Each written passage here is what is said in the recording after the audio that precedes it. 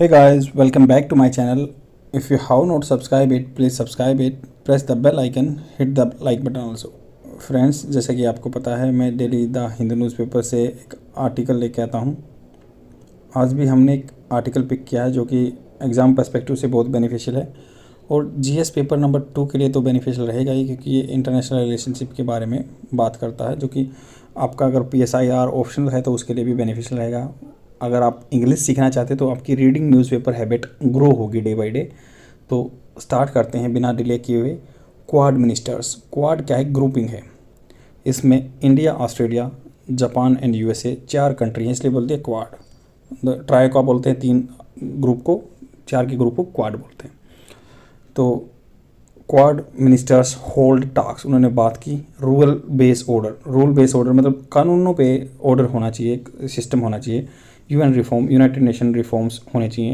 United nation organization में बहुत सारी लूप होल्स हैं and we have to like bring some comprehensive होता है व्यापक रूप से, कंप्रेंसिव को बोलते हैं व्यापक रूप से, COMPREHENSIV। कंप्रेंसिव मतलब पूरा व्यापक रूप से, थोरोली रिफॉर्म होने चाहिए। बहुत सारी कमियां हैं, उसके बारे में इनकी मीटिंग के बारे में एस जयशंकर वगैरह ने बात की, जो फॉरेन मिनिस्टर्स बोलते हैं of quad, India, Australia, Japan and US। तो आपको पता है ये एंटी चाइना ग्रुप भी बोला जाता है, क्योंकि इसको अपनी जो पावर है, या ये इसलिए बना हुआ है कि जो चाइना अपनी असर्टिव पॉलिसी लेकर आता है, जो अपना दबदबा बनाने वाली पॉलिसी लेकर आता है, स्पेसिफिकली साउथ चाइना सी में, वहाँ पे अपनी प्रेजेंस शो करने के लिए एनकाउंटर जो हेजमनी मतलब जो हेजमनी फैलाना चाहता है चाइना, या डोमिनेंस फैलाना चाहता है, उसके काउंटर के लिए ये क्वाड ग्रुप बना हुआ है। तो स्पेसिफिकली चाइना इसके बारे में कंसर्न दिखाता है, क्योंकि बहुत बार मालाबार एक्सरसाइज होती है तो ये कंट्री इन्वॉल्व होते हैं। That's why it sometimes it irritate the China with regard to the strategical point of view. तो ये फॉरेन मिनिस्टर इकट्ठे हुए, उन्होंने बात की रीअफर्म मतलब पक्का दोबारा से रिफॉर्म दोहराया चीज़ों को, दैट ग्रुप कमिटमेंट्स, ग्रुप का क्या कमिटमेंट है, इसने क्या वादे किए हैं to a free and open Indo Pacific. Free and Indo Pacific region होना चाहिए। इंडिया जो पैसिफिक ओशियन है, इंडियन ओशियन है, ये रीजन जो एरिया है फ्री होना चाहिए। Where disputes are settle in accordance with the international law. कोई भी डिस्प्यूट है, विवाद है, उनको सेटल करना चाहिए accordance with the international law के, जो इंटरनेशनल कानून है। आपको पता है साउथ चाइना सी में हमेशा चाइना अपनी जो है डोमिनेंस दिखाता है। तो साउथ चाइना सी में डोमिनेंस दिखाता है, वहाँ पे आपको पता है कि चाइना ने अपना 9 डैश लाइन वाला सिस्टम है कि उस पर और कंट्री भी अपना सोचते हैं कि दिखाएं, और चाइना उस पर असर्टिव करता है 9 डैश लाइन को वहाँ पे, और दूसरे कंट्री भी क्लेम करते हैं। तो the Quad also committed itself. Quad ने अपने आप को कमिटमेंट दिया है, या उसको वो कमिटेड है अपने आप को के लिए, that to the principle of UN charter. तो UN चार्टर जो है, UN ने जो चार्टर बनाया था उसके बारे में बात करता हो, तो उसके बारे में बात करता है। The minister stress their commitment to counter terrorism. तो इन्होंने क्या कहा, itself to the principle of UN charter and reform of the institution. तो ये बात की इन्होंने, कमिटमेंट बताया कि जो चार्टर है UN चार्टर का, उसके साथ कमिटमेंट रहना है और उसमें सुधार लाने हैं इंस्टीट्यूशन में, यूनाइटेड नेशन इंस्टीट्यूशन में सुधार लाने की बात की। मिनिस्टर्स ने स्ट्रेस दिया, जोर दिया, their commitment to countering terrorism. Counter करना मतलब अपोजिशन करना टेररिज्म का, इंक्लूडिंग टेरर फाइनेंसिंग, जो मतलब टेररिज्म के लिए पैसा आता है उसको भी रोकना है। उसके लिए आपको पता है कि एक G7 कंट्रीज़ ने बना भी रखा है एक इंस्टीट्यूशन जो फाइनेंशियल एक्शन टास्क फोर्स बोलते हैं, FATF, जो मनी लॉन्ड्रिंग एंड जो टेरर फाइनेंस के केस देखता है। तो border movement two of the terrorist, जो बॉर्डर क्रॉस बॉर्डर मूवमेंट होता है, एक कंट्री से दूसरे कंट्री में भाग जाता है, movement of terrorist and curbing the use of emerging technology for terror purpose. जो इमर्जिंग टेक्नोलॉजी है, जैसे इनोवेशन टेक्नोलॉजी आता है, कोई भी आर्टिफिशियल इंटेलिजेंस आता है, उस टेक्नोलॉजी का टेररिस्ट यूज़ करते हैं, तो उसका भी देखना कि भाई उसको कर्ब करो। कर्ब करना होता है कम करना, रेस्ट्रिक्ट करना किसी चीज़ को। तो मान लो आपके कोई बेनिफिट है, उसको कर्ब कर सकता है, कोई काट सकता है। वैसे ही on Ukraine the Quad read out, Quad ने रीड आउट किया, मतलब जैसे मैं आपके लिए न्यूज़पेपर रीड आउट कर रहा हूँ, वैसे ही रीड आउट किया। स्ट्रक ए सिमिलर नोट, एक सेम जैसा note, recent G20 joint statement for the new Delhi. तो ज्वाइंट स्टेटमेंट न्यू दिल्ली की थी, वैसा ही इन्होंने रीड आउट किया। क्या, the Quad also back the United Nation effort to restart the Black Sea green initiative. जो मतलब G20 कंट्री ने कहा था कि ब्लैक ग्रीन, ये क्या ब्लैक सी, जो ब्लैक सी ग्रीन इनिशिएटिव ये है कि ये ब्लैक सी है, मान लो यहाँ पे एक यूक्रेन पड़ता है, एक रशिया पड़ता है, उनके बीच में फाइट चल रही है।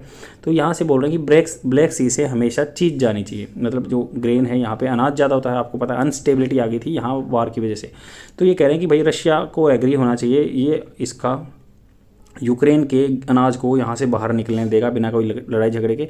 वार चलती रहेगी बट ये जो ग्रेन है आउटसाइड के कंट्री में सप्लाई होता रहेगा, उसको रिवाइव करने की बात की। तो इन्होंने बोला कि सेम रीड आउट किया उन्होंने सेम चीज़ को, नोट को, सिमिलर नोट को, जैसे G20 United nation Delhi declaration में होता Black Sea grain initiative, a deal that secure, जो कि सिक्योर करती है export of grain from the Ukraine and Russia.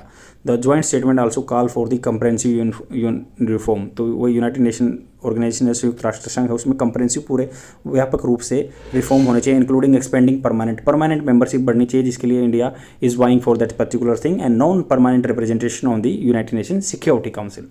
और North Korea, the statement condemned होता है किसी की बुराई करना, आलोचना करना। प्योंगयांग, नॉर्थ कोरिया की कैपिटल प्योंगयांग के बारे में उन्होंने कहा कि उन्होंने एक स्टेटमेंट दिया है, डिस्टेबलाइजिंग मिसाइल लॉन्चेज, वो मिसाइल लॉन्चेज कर रहा है, डिस्टेबलाइजिंग करता है जिससे, और परस्यूट होता है प्रयास ऑफ न्यूक्लियर वेपन के लिए प्रयास करता रहता है। तो ये उनको कंडेम किया इन्होंने। बैठ के बात यही कर सकते हैं कि बुराई कर सकते हैं, जैसे 4 आदमी बैठ के क्या करेंगे, बुराई कर सकते हैं, क्योंकि नॉर्थ कोरिया वो गड़बड़ कर रहा है उस एरिया में।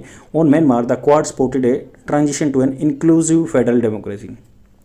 म्यांमार क्या है, म्यांमार में आपको पता है कि वहाँ पे एक सिस्टम चला हुआ है, वहाँ पे गवर्नमेंट, मतलब आर्मी की गवर्नमेंट आ चुकी है, कूप हो चुका है, तो जिसको म्यांमार पुलिस बोलते हैं। तो ऑन म्यांमार द क्वाड ने सपोर्टेड किया ट्रांजिशन होता है, मान लो आप एक बैड मैन हो, अच्छा बनना चाहते हो, ट्रांजिट कर रहे हो, तो वही है कि ये भाई बुरे हैं, ये ट्रांजिट करना चाहते हैं। तो इंक्लूसिव सबको सम्मिलित करके फेडरल डेमोक्रेसी की बात करते हैं कि भाई जो एक संघ लोकतंत्र आना चाहिए वहाँ पे मिलिट्री गवर्नमेंट नहीं चलनी चाहिए, क्योंकि आन सान सूकी को उन्होंने कैद कर रखा है, वहाँ की जो म्यांमार पुलिस है उन्होंने। तो and the ASEAN 5 point consensus, क्योंकि अभी थोड़े दिन पहले आसियान की एक कमिटमेंट हुआ था कि 5 पॉइंट कंसेंसस सहमति हुई थी। आसियान जो 10 कंट्री हैं उनकी एक इंडोनेशिया में वो हुई थी मीटिंग, उसमें भी बात हुई थी कि भाई ये म्यांमार अपने इश्यू को सुलझाए, वहाँ डेमोक्रेसी आनी चाहिए। तो उसी की बात को उन्होंने सपोर्ट किया, उस चीज़ को सपोर्टेड किया उन्होंने उनकी बात को। द ग्रुप रीआइटरेटेड इट्स कमिटमेंट, रीआइटरेटेड होता है दोहराना, मान लो मैं एक बात को दोहराता हूँ तो ये दोहराया उन्होंने इनका कमिटमेंट जो है प्रैक्टिकल इनिशिएटिव, जो काम में लिया जा सके ऐसे इनिशिएटिव शुरुआत करनी चाहिए in the Indo Pacific region including the Quad infrastructure fellowship program. इन्होंने क्या है, क्वाड इंफ्रास्ट्रक्चर का होता है भाई कोई इंस्टॉलेशन बनाना, और फेलोशिप प्रोग्राम है कि पेंडेमिक प्रिपेयर्डनेस एक्सरसाइज है, पेंडेमिक के लिए कोई भी आती है उसके लिए पहले से ही प्रिपेयर्डनेस एक्सरसाइज करते रहेंगे, तो ये फेलोशिप प्रोग्राम है। And development of the trusted and secure telecommunication network, जिस पे विश्वास कर सकें, सिक्योर रहना चाहिए, टेलीकम्युनिकेशन नेटवर्क भी होना चाहिए चारों कंट्रियों के बीच में। तो इस पूरे आर्टिकल में सिर्फ ये बात की गई है, भाई क्वाड ग्रुप की मीटिंग हुई थी, फॉरेन मिनिस्ट्री इकट्ठे हुए, चारों देशों के क्या क्या बात हुई। उन्होंने कहा free and Indo Pacific area होना चाहिए, मतलब इंडो पैसिफिक एरिया फ्री होना चाहिए। फिर उसके बाद कहा कि भाई डिस्प्यूट को रिजोल्व करना है इंटरनेशनल लॉ के अकॉर्डिंग, हमें लॉ फॉलो कर रहे हैं, यूनाइटेड नेशन के चार्टर को अबाइड करना है इन कंट्री को। इन्होंने अपना कमिटमेंट भी दिखाया, यूनाइटेड नेशन के लॉ हैं। फिर उन्होंने बात की कि यूनाइटेड नेशन में रिफॉर्म भी होने चाहिए कंप्रेहेंसिव तौर पे, परमानेंट मेंबर को लेके, नॉन परमानेंट मेंबर को लेके। और इन्होंने सेम जो G20 की दिल्ली डिक्लेरेशन में एक चीज़ को था उसको ही दोबारा से स्टेटमेंट को दोहराया कि हाँ उसको सपोर्ट भी किया, सेम रीड आउट किया नोट को, जो पहले नोटिस उन्होंने G20 में किया था कि भाई ब्लैक सी जो ग्रेन इनिशिएटिव है, जिसमें जो यूक्रेन के अनाज को बाहर जाने दिया जाना चाहिए रशिया के द्वारा। और फिर उसके बाद कहते हैं कि यूनाइटेड नेशन सिक्योरिटी काउंसिल की मेंबरशिप भी बढ़ानी चाहिए। या उसने नॉर्थ कोरिया की बुराई की कि भाई वो मिसाइल डिस्टेबलाइज कर रहा है एरिया को, इसके लिए आगे trusted and secure telecommunication network भी होना चाहिए कंट्रियों के बीच में। फेलोशिप प्रोग्राम क्या है, मतलब आगे जो कोई भी पेंडेमिक आए उसके लिए रेजिलियंस के लिए, मतलब जल्दी से रिकवर कर सकें, ऐसा इंफ्रास्ट्रक्चर बनाना चाहिए। और म्यांमार में भी बात की कि वहाँ पे फेडरल गवर्नमेंट आनी चाहिए। आई होप आपको समझ में आएगा, सिंपल एंड क्रिस्प आर्टिकल था। शेयर जरूर कर दीजिए, बहुत इंपॉर्टेंट है आपके कॉम्पिटिटिव एग्जाम के लिए। Thank you very much, bye.